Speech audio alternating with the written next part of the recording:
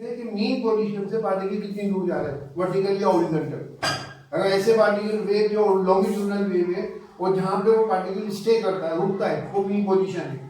वहां से मैक्सिमम कितनी दूर जाता है, वहां तक का डिस्टेंस जो है वो क्या होगा, एम्पलीट्यूड। फिर दूसरी तरफ जाएगा, वो भी इसमें आएगा, दोनों डिस्टेंस अप्रोक्स सेम होते हैं। अब एक पेंडुलम है, वो जब उसको आप मूव करते हैं तो एक कोने पे जाता है, फिर वापस आता है, फिर दूसरे कोने पे जाता है। तो एक कोने में जो एक्सट्रीम पोजीशन है वहां से मीन पोजीशन तक का डिस्टेंस जो है वो क्या कहलाएगा, एम्पलीट्यूड। आप बीच में से नापेंगे तो वो एम्पलीट्यूड नहीं कहलाएगा, एक्सट्रीम पोजीशन से डिस्टेंस नापेंगे। और वेव वेलोसिटी जो होती है वो उस डिस्टेंस से निकलती है जो वेव चल रही है, उसमें वेव, उसमें वो चाहे छोटी वेव हो चाहे बड़ी वेव हो, उसमें एम्पलीट्यूड का कोई रोल नहीं।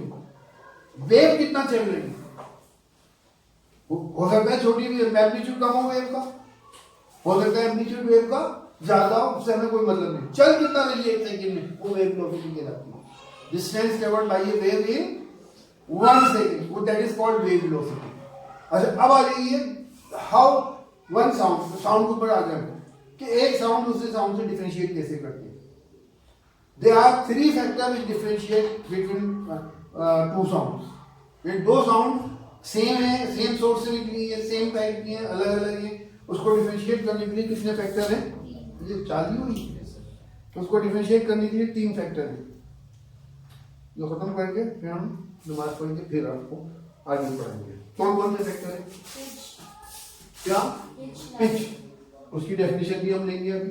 दूसरा फैक्टर लाउडनेस, कितनी आवाज छोटी है ज्यादा। अब 2 अलग अलग लोग बोल रहे हैं, पहचान लेते हैं कि ये फलान की आवाज है लाउडनेस से। और तीसरा फैक्टर क्या है, तीसरा फैक्टर है, उसको बोलते हैं टिम्बर। और दूसरा हमने आपको उसमें लिख के दिया था पेपर जो आपको दिए, quality, quality of sound. Pitch किसे कहते हैं, पिच का दूसरा फॉर्म हुआ है श्रिलनेस। क्या, आवाज कितनी पतली है, श्रिलनेस, या कितनी मोटी है।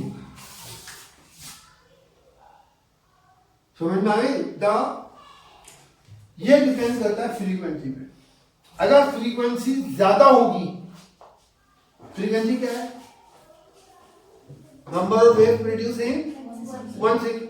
अगर 1 सेकेंड में ज्यादा वेव पैदा हो रही तो वो आवाज पतली होगी, श्रिल होगी, और कम वेव पैदा हो रही तो वो आवाज भारी होगी। तो समझ में आया, shrillness of the sound that depends on pitch, that depends on frequency. Shrillness of sound is called pitch, it depends on frequency. क्या डिपेंड करती है, frequency. If the frequency will be more, shrillness will be more. इसीलिए ladies की आवाज as compare to gents पतली होती है, क्योंकि उनका जो थ्रोट में जो वोकल कॉर्ड है वो 1 सेकंड में हल्का है ना, वो हल्का होने की वजह से ज्यादा वाइब्रेट करता है, नंबर ऑफ वाइब्रेशंस ज्यादा होती है एज कंपेयर टू जेंट्स। तो वो थोड़ा सा एज कंपेयर टू हेवी होता है, तो उसके लिए उसका नंबर ऑफ वाइब्रेशन 1 सेकंड में कम होती है। आप देखिए कभी कभी जो हलक में खराबी हो जाती है तो आवाज मोटी हो जाती है ना, क्योंकि उसमें जो है थोड़ा सा क्या हो गया, उसकी जो वाइब्रेशन है वो पर सेकंड कम होगी। हाँ जी, आपकी बात समझ में आ रही है, हम जो बता रहे हैं आपको समझ में आ रहा है। व्हाट इज हैपेंड, कि वो जो वाइब्रेशंस थी 1 सेकंड में वो कम हो गई, इसलिए आवाज मोटी हो गई। इसलिए बच्चे की आवाज जो है, अब देखिए वो आवाज बहुत शीरीन होती है, क्योंकि उसकी जो वोकल कॉर्ड है वो ऑलरेडी हल्का है, तो वो 1 सेकंड में ज्यादा वाइब्रेट करता है। और जो एडल्ट है वो थोड़ा भारी होता है, चाहे लेडीज में हो या जेंट्स में हो। बच्चे के मुकाबले थोड़ा बड़ा ज्यादा हैवी होता है, तो वो नंबर ऑफ वाइब्रेशन 1 सेकंड में क्या हो जाती है, कम हो जाती है। तो number of vibrations in 1 second वो श्रिलनेस डिफाइन करता है। व्हाट इज, इसको हम पिच कहते हैं। क्या बोलते हैं इसको हम, पिच। पिच की डेफिनेशन ये भी है, श्रिलनेस ऑफ द साउंड। आप इसको भी पूरा एक्सप्लेन कीजिए। It depends upon number of vibrations in 1 second. If number of vibration will be more, pitch will be more. If number of vibrations will be less, pitch will be less. If pitch will be more, it will be shrill sound. If pitch will be less, it will be less shrill sound. Point clear हो गया? अब इसको graphically कैसे indicate करेंगे? अब दो sound है, एक भारी एक पतली है, तो आप भारी साउंड की जो वाइब्रेशंस है ना वो करीब करीब दिखाएंगे। मान लो ये 1 सेकंड का टाइम है पूरा, यहां से यहां पर, ठीक है, यहां पर।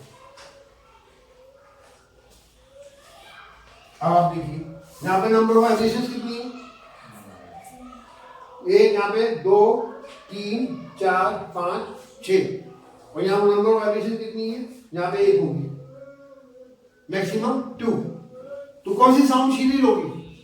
ग्राफिकली आप बता सकते हैं। पहली वाली साउंड शिरीर होगी जो कि फ्रीक्वेंसी ज्यादा है, और दूसरी वाली साउंड लेस शिरीर होगी, थोड़ी हैवी होगी, क्योंकि वहां पे फ्रीक्वेंसी कम। ये डायग्रामेटिकली मतलब बता सकते हो। डायग्रामेटिकली शो करो तो शिरीर साउंड के अंदर आपको ज्यादा वेव दिखानी है उसी लेंथ के अंदर टाइम की, और लेस शिरीर साउंड में उसी लेंथ ऑफ टाइम के अंदर आपको कम वेव दिखानी है ना। Don't force me to be less शिरीर, इसलिए जागते रहो। आई बात समझ में? ये क्लियर हो गया आपके? मैं 5 मिनट में आ रहा हूँ, बंद करो। इसका ऊपर बोल दे रहा हूँ। टिम्बर क्या है? टिम्बर को क्वालिटी भी कहते हैं, है ना। इफ दे आर, इसकी डेफिनेशन समझ लो मेरे हाथ, उसकी क्या थी? Loudness. Loudness is that factor of the sound of the two sounds which are differentiated, which are have same pitch and same timbre, है ना। The factor which by which they are differentiated, they are called loudness. The factor by which two sounds are differentiated, which have the same pitch and same timbre. It depends on, कहाँ पे depend करता है loudness? Amplitude. The larger the amplitude, loudness will be more, higher. जोर की बात होगी, है ना। और अगर एम्पलीट्यूड कम होगा तो लाउडनेस कम होगी।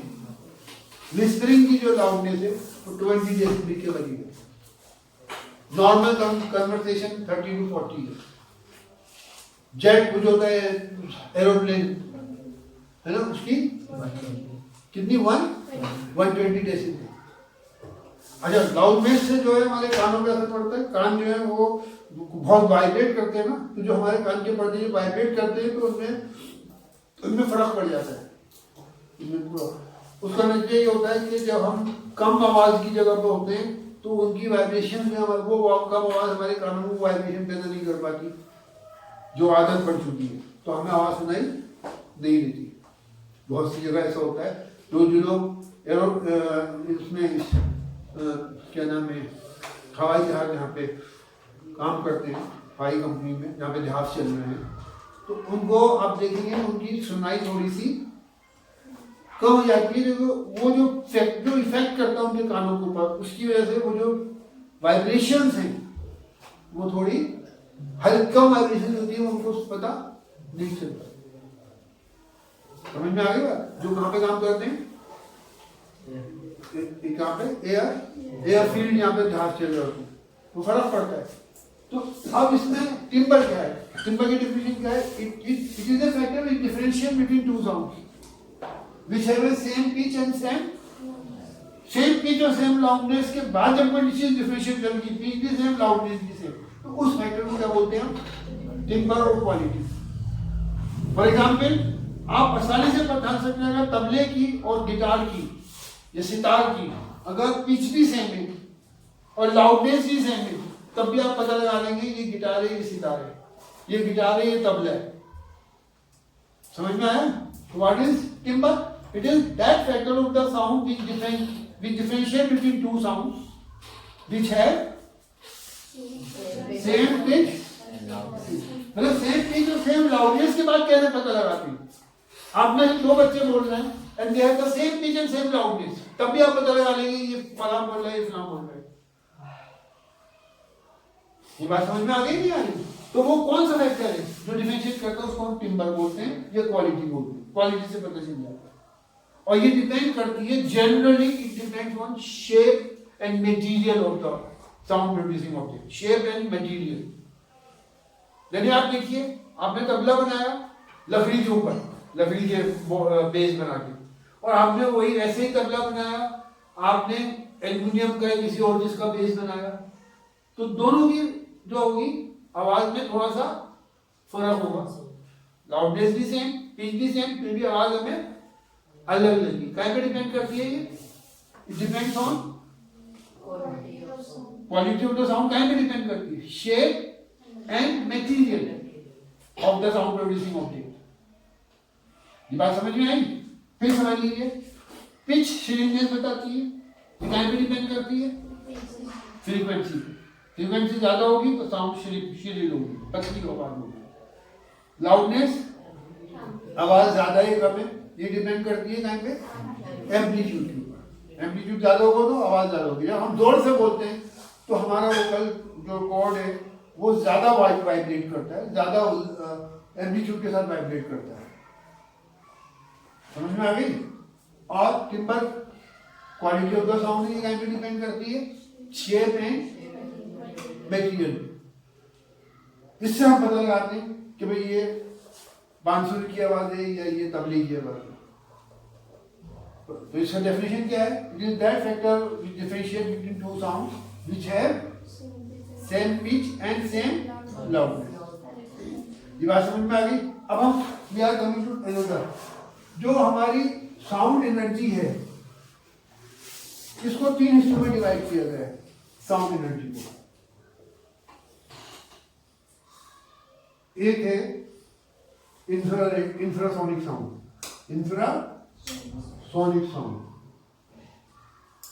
वहां पे इंफ्रारेड लाइट होती है, इसी से मिलता जुलता वर्ड है लाइट के केस में। इलेक्ट्रोमैग्नेटिक वेव्स में infrared light and ultraviolet light. दूसरी होती है हमारी ऑडिबल साउंड, जो हमें सुनाई देती है, ऑडिबल साउंड। और तीसरी होती है अल्ट्रा सोनिक साउंड। इसकी बहुत सारे यूजेस हैं। अल्ट्रासोनिक साउंड इस चैप्टर में काफी सारा इसको ऊपर दे रखा है। तो सबसे पहले जो नॉर्मल इंसान है, for a normal way the audible sound जो है वो 20, उसकी frequency 20 hertz to 20,000 hertz, 20 kilo hertz, 20 kilo hertz यानी 20,000 हर्ट्ज। इस रेंज में अगर आवाज होगी तो हमें सुनाई देगी। इसमें भी कम नहीं होते, कोई बहुत सेंसिटिव होते हैं, जैसे मेरे घर में मैं जिस कमरे में बैठा होता हूँ, जब घंटी बजती है मुझे नहीं सुनाई देती, मेरी वाइफ को 1 मिनट में सुनाई दी जाती है, क्योंकि वो ज्यादा सेंसिटिव है। समझ में आ गई ना बात? तो 20 हर्ट्ज और 20,000 किलो हर्ट्ज के बीच में जब आवाज सुनाई देगी, आवाज होगी, तो नॉर्मल आदमी उसको सुन सकता है। I am not talking about the person जिसकी आवाज हो सकता है इससे ज्यादा हर्ट्ज की भी सुन ले, हो सकता है इससे कम की भी सुन ले, लेकिन वो एक्स्ट्रा क्वालिटीज है या कमी है उसके अंदर। सुन रहा है तो क्वालिटी है, नहीं तो कमी है। ये बात समझ में आई? ये नॉर्मल आदमी की रेंज है जिसमें आदमी सुन सकता है। जैसे लाइट की भी आप हाई करके रेंज पड़ेगी, इस रेंज की अगर लाइट होगी, रेडिएटिव रेडिएशन होगी, इलेक्ट्रोमैग्नेटिक रेडिएशन इस रेंज में होगी, तो हमें भी क्या नजर आएगा? क्या नाम है? सेंसेशन ऑफ विजन होगा। और इस रेंज के बाहर होगी तो सेंसेशन ऑफ विजन नहीं होगा। भी है इलेक्ट्रोमैग्नेटिक रेडिएशन भी एक रेंज है जो हमें दिखाती है, जो हमें देखने में हेल्प करती है। अब अगर 20 हर्ट्ज से कम हो उसे इंफ्रासोनिक कहते हैं। तो sound wave which have a frequency lesser than 20 hertz. और ये जो साउंड है ये जनरली जो भारी ऑब्जेक्ट है वो पैदा करती है। यानी अर्थक्वेक में जो जमीन हिलती है, वो जमीन बहुत भारी है, तो जमीन के हिलने से जो साउंड पैदा होती है हमें नहीं सुनाई देती, हमें तो ये सुनाई देती है वो ज्यादा वाइब्रेट करती है, तब हमें लगता है वो जो आवाज है वो जो 20 हर्ट्ज से कम है, वो आप देखेंगे जानवर जो है वो बेचैन हो जाते हैं, उनको वो आवाज सुनाई देती है ना। आपकी वेल मछली जो है उसको सुनाई देती है। बड़े बड़े जो जानवर है वो इंफ्रारेड साउंड, इंफ्रासोनिक साउंड पैदा करती है। आम आदमी को सुनाई, आम आदमी की बात कर रहा हूं, थोड़े एक्स्ट्रा क्वालिटी में होता से कम की भी सुनाई दे जाए जो 20 हर्ट्ज से कम है। जनरली जो होता है 20 हर्ट्ज से कम जो है आम आदमी को सुनाई, और 20,000 हर्ट्ज से ज्यादा हो, यानी 20 किलो हर्ट्ज से ज्यादा हो, तो वो जो आवाज है उसको अल्ट्रासोनिक साउंड कहते हैं। The sound wave which have a frequency more than, इसको अल्ट्रासोनिक भी बोलते हैं। ये जो अल्ट्रासोनिक साउंड है इसकी फ्रीक्वेंसी बहुत ज्यादा होती है, और ये जो आप बता रहे बैट्स है ना, उनको सुनाई देती है, डॉग्स को सुनाई देती है। आप देखिए घर में बैठे हुए, घर में कुत्ते पले हुए और खाली सड़क है, आपको पता नहीं चलेगा कुछ चीज जा रही है आ रही है, आवाज महसूस नहीं होगी, लेकिन डॉग जो होते हैं खड़े हो जाते हैं, उनके कान खड़े हो जाते हैं, लगता है कि इसको कुछ सुनाई दे रहा है। तो ये अलग ने हर अल्लाह ताला ने अलग अलग क्वालिटीज दी है। यानी इंसान को कहा जाता है कि अपने में डराओ मत, तुमसे ज्यादा क्वालिटीज अलग जानवरों को भी दे रखी है। कुत्ता जो है वो अल्ट्रासोनिक साउंड भी सुन सकता है, जो उसको सुनाई देती है, आम इंसान को सुनाई नहीं देती।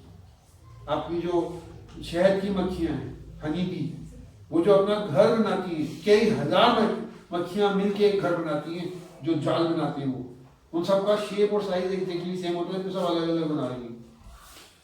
इंसान से वो बना दो तो वो नहीं बना सकती। क्वालिटी अलग दी है, ये दिखाने के लिए कि ये जो क्वालिटीज दी गई हैं ये जानवरों को भी दी गई हैं। कभी कभी उनके घर ऐसे होते हैं कि इंसान हैरान हो जाता है। तो खैर हम इसके ऊपर आ गए वापस प्लेट। तो अल्ट्रासोनिक साउंड, इंफ्रासोनिक साउंड समझ में आ गया आपके। अब अल्ट्रासोनिक साउंड के यूजेस हैं बहुत सारे। एक तो आपके इसमें कुछ इंस्ट्रूमेंट है जैसे मेगाफोन है ना, या आपका आप डॉक्टर यूज करते हैं स्टेथोस्कोप वगैरह, उसमें क्या होता है कि साउंड वेव, सुन लो ध्यान से, जब किसी चीज से रिफ्लेक्ट होके ओरिजिनल साउंड वेव के साथ मिलती है तो दो तरह से मिलना होता है। एक होता है कंस्ट्रक्टिव और एक होता है जैसे ये है, अब जो वेव दूसरी आई उसने पार्टिकल के साथ उसी रेंज में आई, उसी तरीके से आई, तो उस पार्टिकल का वाइब्रेशन बढ़ जाता है, कंस्ट्रक्टिव है, यानी एम्पलीट्यूड बढ़ रहा है। कभी कभी ऐसा होता है अपोजिट डायरेक्शन में, यानी जो फोर्स लग रही है, जो पुरानी फोर्स थी ऊपर ले आना चाह रही है, जो नई वेव आई है उसको सुपर इम्पोज कहते हैं। क्या बोलते हैं? Super impose. जब ये वेव सुपर इम्पोज होती है तो कभी कभी ऐसे सुपर इम्पोज होती है कि वो पार्टिकल को जो ऊपर ले जा रही थी दूसरी वेव नीचे ले जाना चाहती है। नतीजा होता है ना वो ऊपर जाता है ना वो नीचे आता है, वो आवाज वहां पे जीरो हो जाती है। दो तरह से सुपर इम्पोज वेव करती है। आमतौर से जो रिफ्लेक्टेड साउंड है वो जब कंस्ट्रक्टिव वे में सुपर इम्पोज करती हैं तो लाउडनेस बढ़ जाती है और आवाज ज्यादा सुनाई देती है। अब स्टेथोस्कोप में क्या होता है कि दिल की आवाज तो बहुत हल्की होती है ना, उसके अंदर जो है वो आवाज जो है वो रिफ्लेक्ट होती है, अलग अलग जगह रिफ्लेक्ट होती है, और रिफ्लेक्ट होकर वो जो साउंड वेव्स हैं, हर रिफ्लेक्टेड साउंड दूसरे से अलग है, वो एक दूसरे पे सुपर इम्पोज हो जाती है। जब वो सुपर इम्पोज होती है तो ऑटोमेटिकली क्या होगा, कंस्ट्रक्टिव सुपर इम्पोज हो रही है, क्या होता है उसकी वजह से लाउडनेस बढ़ जाएगी, तो आप आवाज सुनाई देती है। डॉक्टरों को एक आवाज सुनाई देती है। लंग्स सही काम नहीं कर रहा है, उसको फेफड़ों में से उसको महसूस होता है कि हाँ इसके फेफड़े जो है बलगम है। मेगाफोन होता है, मेगाफोन भी इस तरह का होता है, ये जो होता है स्केप का जो होता है ऑब्जेक्ट, जब यहाँ से हम बोलते हैं, हमने देखो होगा ट्रकों में लोग फिरते हैं उस मेगाफोन लेके, उसको मेगाफोन बोलते हैं। तो वो ऐसे बोलेंगे तो आवाज कम दूर जाएगी, लेकिन जब वो मेगाफोन तो बोलती तो आवाज, माइक्रोफोन की उसकी बात नहीं कर रहा मैं, स्पीकर की, वो तो अलग चीज है, वो अलग फिनोमिनन है। मेगाफोन से जब वो बात करते हैं तो आवाज क्यों, क्योंकि जो डिफरेंट साउंड है वो इसकी वॉल से टकराती है और रिफ्लेक्ट होती है। जब रिफ्लेक्ट होती है वो एक दूसरे में सुपर इम्पोज हो जाती है। जब वो सुपर इम्पोज होती है तो उसकी कंस्ट्रक्टिव सुपर इम्पोज होती है, क्या होता है लाउडनेस बढ़ जाता है, जो कि एम्पलीट्यूड बढ़ गया, इसलिए आवाज दूर तक सुनाई देती है। ये बात समझ में आ गई है? अच्छा, अब ये जो आपकी अल्ट्रासोनिक साउंड है इसके अंदर बहुत सारी प्रॉपर्टीज हैं। एक तो ये स्ट्रेट लाइन में ट्रेवल करती है, एक अगर इनके रास्ते में कोई रुकावट आ जाए ये रिफ्लेक्ट वापस वहां से रिफ्लेक्ट बैक हो जाती है। जब टिश्यू में से पास हो रही है, जब तक टिश्यू सेम टाइप के हैं वो उसमें से पास होती जाएगी, जहां टिश्यू में गड़बड़ होगी वहां से वो वापस आ जाएगी। इसके बेसिस के ऊपर उन्होंने अल्ट्रासाउंड कराते नहीं कराते, अल्ट्रासाउंड के ऊपर बेस करते हुए बहुत सारे डिजाइन की चीजें बनाई है। इसमें एक ऐसा भी इंस्ट्रूमेंट बनाया है जो समुद्र की गहराई बताता है, पानी में डूबी हुई कोई चीजें बताता है, पनडुब्बी दुश्मन का जहाज या अपना जहाज कहाँ कितनी दूर है, वो अल्ट्रासोनिक साउंड यूज करते हैं। ओरिजिनल साउंड जो है वो खत्म हो जाएगी वहां तक जाने से पहले, तो उसके अंदर इतनी एनर्जी नहीं होती कि वो समुद्र की गहराई तक जाए, ये जहां तक हम पहुंचाना चाहते हैं। अल्ट्रासाउंड में एनर्जी ज्यादा होती है। अब जितने भी इंस्ट्रूमेंट अल्ट्रासाउंड पे बेस करते हैं उनमें 3 मेजर कंपोनेंट होते हैं। एक होता है द सोर्स, यानी the source is produce ultrasonic sound, ताकि अल्ट्रासोनिक साउंड निकल रही है, यानी अल्ट्रासाउंड जो कराते हैं उसमें ही वो सोर्स होती है, अल्ट्रासोनिक साउंड पैदा करने वाली कोई चीज है। नंबर 2 होता है रिसीवर, उसी मशीन में रिसीवर होता है जो रिफ्लेक्टेड साउंड को क्या करता है, रिसीव करता है। जो साउंड आगे से टकरा के वापिस आ रही है वो उसको रिसीव करता है। ये दोनों चीजें बैट्स में होती हैं, अल्ट्रासोनिक साउंड भी और उसका रिसीवर भी उसके अंदर इनबिल्ट होता है, कुदरत ने बना रखा है। इसलिए जब वो अंधेरे में होती है उसकी जो अल्ट्रासोनिक साउंड है वो किसी ऑब्जेक्ट से टकराती है और वो उसको रिसीव भी कर लेती है उस ऑब्जेक्ट के पास पहुंचने से पहले। और फिर तीसरी चीज होती है इंटरप्रेटर, वो भी उसकी दिमाग में अल्लाह ने पैदा कर रखा है। इंटरप्रेटर इंटरप्रेट करता है कि जिस चीज को, जो चीज हो वो कैसी है, कितनी दूर है, किस शेप की है, तो उससे पता चल जाता है कि भाई इतनी दूर पे ऑब्जेक्ट है, इतनी दूर पे रुकावट है। बैट के अंदर तीनों चीजें हैं, लेकिन मशीनें जो बनाई इंसान ने उसमें 3 कंपल्सरी कंपोनेंट है। क्या? Source of producing ultrasonic sound, number 2 क्या? Receiver, number 2 receiver, number 3 interpreter. चौथा उसमें होता है कि वो जो इंटरप्रेटर है वो उसको ट्रांसफर करता है, क्या नाम है, स्क्रीन तक, इंटरप्रेट करके स्क्रीन पे आ जाता है फोटो। अब देखते हो किडनी का अल्ट्रासाउंड कराते फोटो आ जाता है किसने वो है तो मैं, और या कंप्यूटर से उसको अटैच कर रखा होता है, कंप्यूटर बता देता है इसमें ये गड़बड़ है, ये इसमें अच्छा है, ये खराबी है। फर्दर अटैच वो एक्स्ट्रा होती है, 3 तो कंपल्सरी है। इसके बेसिस पे बहुत सारे इंस्ट्रूमेंट इजाद किए गए हैं जो आज की मेडिकल लाइन में यूज होते हैं और साइंस में यूज होते हैं। जैसे एक अल्ट्रासाउंड हो गया, अल्ट्रासाउंड जो हम कराते हैं, ठीक है। इसी तरह इसमें हमने आपको इसमें दे रखा है, ये आप नेक्स्ट क्लास में जब आएंगे ना इस चैप्टर को पढ़ के आइएगा और इससे रिलेटेड कुछ चीज़ें जो डाउट्स हैं वो आप हमसे पूछ लीजिएगा, ठीक है। अच्छा, फिर इसमें एक चीज हो गई इको। इको क्या होती है? नहीं, बड़ी आसान डेफिनेशन है। If the reflected sound is heard separately than the original sound, after the original sound. If the reflected sound is heard separately after the original sound, तो उसे इको बोलते हैं। ये बात समझ में आ गई? मतलब अगर वो अलग से नहीं सुनाई दे रही तो वो इको नहीं देता। और हमारे कान पे जो इंप्रेशन होता है साउंड का वो तकरीबन कितने सेकंड देता है? 1 सेकंड तक देता है। तो इसका मतलब है जो रिफ्लेक्टेड साउंड है that should reach to our ear after 1 second, तब हमें इको सुनाई देगी। उससे हमने इसमें डिस्टेंस निकाला है कि वो हॉल जिसकी लेंथ मतलब साउंड को ट्रेवल करने के लिए ऐसे में साउंड को 34 मीटर ट्रेवल करना है, तब वो 1 सेकंड के बाद सुनाई देगी। तो वो जो हॉल है तो आधा 17 मीटर जाने में और 17 मीटर आने में, तो हॉल की लेंथ कितनी होनी चाहिए? 17 मीटर होनी चाहिए, तब इको सुनाई देगी कम से कम। Then echo will be heard. समझ में आ गई बात कि what is echo? If the reflected sound is heard separately, यानी जो आवाज है जो रिफ्लेक्ट होकर साउंड आपके आ रही है वो आपको ओरिजिनल आवाज के बाद सुनाई दे रही है, उसको फिर आप इको कहेंगे। जैसे आप बोलते हैं, आपने कहा ओ, अब आप देखते हैं बहुत से हॉल्स के अंदर आप बोलते हैं ओ, तो आवाज आती है ओ ओ ओ ओ, वो बेसिकली आपको अलग से सुनाई दे रहा है, आपने एक दफा बोला है। क्यों? क्योंकि रिफ्लेक्टेड साउंड जो है वो आपके पास 1 सेकंड के बाद आ रही है। अच्छा, जब बहुत आवाजें होती हैं अब 1 सेकंड से पहले हम कई चीजें बोल रहे हैं, मुझसे पहले आ जाए, दूसरी आवाज मुझसे पहले आ जाए, तो उसको रोकने के लिए, मतलब फिर 2 आवाजें नहीं होंगी तो सुनाई से नहीं देगा। वो लाउडनेस जो है वो जो क्या नाम है, आवाज की जो क्लियरिटी वो खत्म हो जाएगी।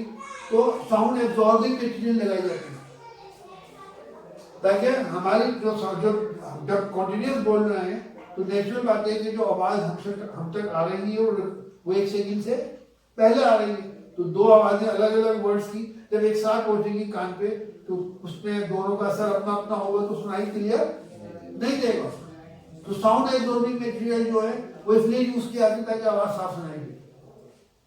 उसमें एग्जाम्पल के तौर पे हॉल्स में लगाए जाते हैं, वो सॉफ्ट मटेरियल जैसे पर्दे हैं, कर्टेन्स, जैसे थर्मोकोल वो भी साउंड एब्जॉर्ब करता है, सॉफ्ट लकड़ी जो होती है वो भी साउंड एब्जॉर्ब करती है। तो ऐसे मटेरियल लगाए जाते हैं जो साउंड एब्जॉर्ब कर ले और हमारी आवाज, रिफ्लेक्टेड आवाज जो है दूसरे वर्ड्स की, वो पहली आवाज के साथ मिक्स होके क्लियरनेस जो होती है उसे खत्म ना करे, आवाज साफ नहीं। तो इससे रिलेटेड इसके अंदर बहुत सारी चीजें दे रखी हैं। फिर उसके बाद है सुपरसोनिक स्पीड क्या होती है, व्हाट इज सुपरसोनिक स्पीड, यानी if the speed of an object, if the speed of the object is more than the speed of sound, तो उसे कौन सी स्पीड कहते हैं, सुपरसोनिक स्पीड। जहाज जो होते हैं जब वो सुपरसोनिक स्पीड से ट्रेवल करते हैं तो जब तक हम उनको देखेंगे तब तक वो हमारी नजरों से दूर हो चुके होते हैं, क्योंकि जो उनकी आवाज जो है समझ में है ना, दे आर ट्रेवलिंग, जो उनकी साउंड जो है they are travelling with speed more than speed of sound. इसमें हमने इसमें दे रखा है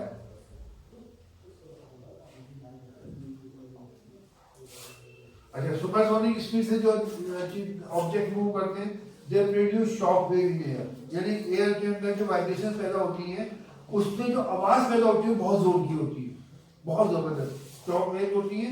उससे क्या होता है, लाउडनेस जो लाउड और शार्पनेस उसकी क्या होती है बहुत। आप देखते हो जब कभी कभी जेट आते हैं हमें बहुत जोर की आवाज सुनाई, कड़ाकड़ी से बोलते हैं। तो जो दो objects which move with a speed more than sound instead of sound, they sometimes produce shock waves in air। shock wave क्या होती है कि वो जो वेव्स पैदा करते हैं वो वहाँ की हवा जो है उसमें एकदम ज्यादा एनर्जी हो जाती है और वो जो हवा के अंदर जो वाइब्रेशन होती है वो लिमिट से ज्यादा हो जाती है, साउंड ज्यादा लगती है। ठीक है, तो ये आप कर लीजिए। नेक्स्ट क्लास जो हमारी होगी तो हम इसके वो भी लेंगे, इसको पढ़ के आएंगे लोग। ठीक है, इसमें हमने बताया है कि ये जो होती है साउंड अल्ट्रासोनिक साउंड की जो वेवलेंथ है वो कम होती है। वेवलेंथ क्या होती है, फ्रीक्वेंसी ज्यादा होती है, वेवलेंथ फ्रीक्वेंसी तो ज्यादा है 20,000 हर्ट्ज से ज्यादा होती है। अब ये रिलेशन है, जब फ्रीक्वेंसी बढ़ती है तो वेवलेंथ कम हो जाती है, ध्यान रखिए। तो फ्रीक्वेंसी बढ़ती है तो वेवलेंथ, तो अल्ट्रासोनिक साउंड की वेवलेंथ कम होती है नॉर्मल साउंड से और फ्रीक्वेंसी ज्यादा होती है। तो आप इसको थोड़ा सा स्टडी कर लीजिए। ठीक है, देन नेक्स्ट क्लास में टाइम मिलेगा तो हम इसकी वो ले लेंगे क्या है, जो इसके डाउट्स हैं वो भी ले लेंगे, कुछ अच्छी चीजें। जैसे मिसाल के तौर पे मैंने आपको बताया था कि जो अल्ट्रासोनिक साउंड पैदा करते हैं, अब इसमें एक सोनार वर्ड है। तो sonar is a device which is used to determine distance, direction, shape and speed of under water object. यानी पानी के अंदर जो ऑब्जेक्ट डूब जाते हैं उनका शेप क्या है, उसका साइज क्या है, कितनी दूर है ना, उसको यूज करने के लिए जो डिवाइस यूज होते हैं सोनार बोलते हैं। क्या बोलते हैं, सोनार। इसको होता है साउंड क्या, sound navigation and ranging. Full form क्या है इसकी, साउंड नेविगेशन एंड रेंजिंग। ठीक है, मैंने अभी आपको बताया था कि जो अल्ट्रासोनिक साउंड का जो इंस्ट्रूमेंट उसमें डिवाइस बनाई जाती है तो उसमें 3 पार्ट्स होते हैं, ट्रांसमीटर, रिसीवर और तीसरा क्या होता है, इंटरप्रेटर। ये इंटरप्रेटर जो मॉनिटर से भी लगा होता है। इंटरप्रेटर जो मॉनिटर मतलब जो उसको फोटो आ जाए वो उसको फोटो में कन्वर्ट कर देता है।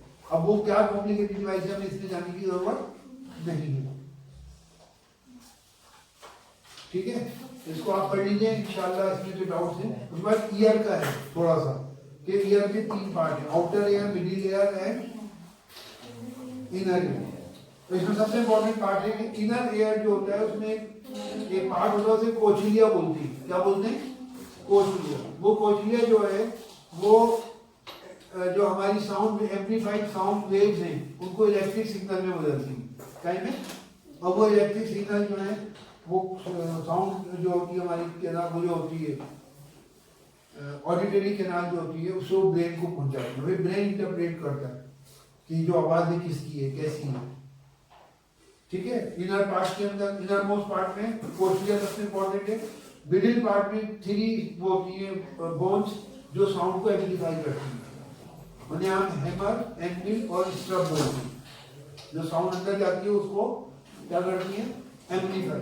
अगर वो एम्पलीफाई ना हो तो आवाज सुनाई नहीं देगी, आवाज की जो लाउडनेस है वो कम होगी, तो एम्पलीफिकेशन से लाउडनेस बढ़ जाती है। लेकिन दिमाग तक ये तक साउंड नहीं पहुंचेगी, वो हमें आवाज सुनाई देगी। और दिमाग तक जो साउंड पहुंचती है वो इलेक्ट्रिकल सिग्नल की शक्ल में पहुंचती है। इवन लाइट जो आप मुझे देख रहे हैं, मैं आपको देख रहा हूँ, वो भी लाइट दिमाग तक जाती है। अगर वो नहीं पहुंचेगी तो आप दिखाई नहीं देगा। और वो जो हमारे दिमाग तक जाती है वो लाइट की फॉर्म में जाती है। लाइट के ऐसे पार्ट्स होते हैं आपके अंदर भी, रेटिना में होते हैं, जो लाइट को में कन्वर्ट करते हैं इलेक्ट्रिकल इंपल्स में, और वो दिमाग तक जाते हैं।